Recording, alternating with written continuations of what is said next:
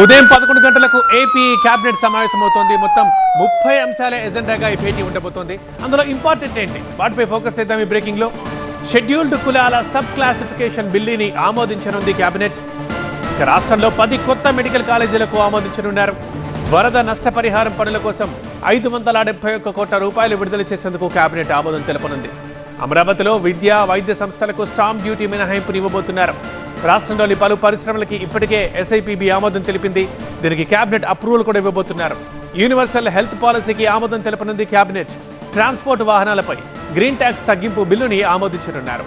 అనధికార భవనాల లీగలైజేషన్ కి కొత్త స్కీమ్ కి అప్రూవల్ రానుంది.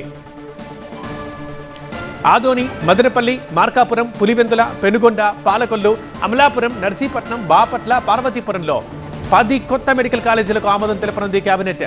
Mother Dairy, Ace International food processing ప్రాజెక్టులకు ఆమోదం తెలపనుంది.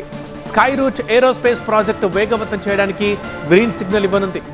అపోలో టైర్స్, అదానీ విల్మార్ కంపెనీలతో పాటు హిందాల్కో 586 కోట్ల పెట్టుబడితో అల్యూమినియం ప్రాజెక్టుకి ఎస్ఐపిబి ఆమోదం తెలిపింది. వీటికి కేబినెట్ కూడా అప్రూవల్ ఇవ్వనుంది. మంత్రాలయం, అమరావతి, భోగాపురం ఎయిర్పోర్టుల్లో స్టార్ హోటల్ ప్రాజెక్టులకు ప్రోత్సాహకాలు ఇవ్వనున్నారు. సౌర విండ్ ఎనర్జీ ప్రాజెక్టుల్లో పెట్టుబడులకు ఆమోదం తెలుపనున్నారు. అటు నాయుడుపేటలో 1595 కోట్ల పెట్టుబడితో ఎలక్ట్రానిక్స్ యూనిట్ కి భూమి కేటాయింపు చేయబోతున్నారు. షెడ్యూల్డ్ ట్రైబ్స్ కమిషన్ చట్ట సవరణ ముసాయిదా బిల్లుని ఆమోదించనుంది కేబినెట్. అటు నెల్లూరులో కొత్త కూరగాయల మార్కెట్ కి ఆమోదించడంతో పాటు గ్రామీణ తాగునీటి పథకాల నిర్వహణకి కొత్త పాలసీ తీసుకురాబోతున్నారు. ఇటు ప్రైవేట్ యూనివర్సిటీల చట్టంలో కీలక సవరణలపై చర్చించి ఆమోదం తెలపనుంది రాష్ట్ర కేబినెట్.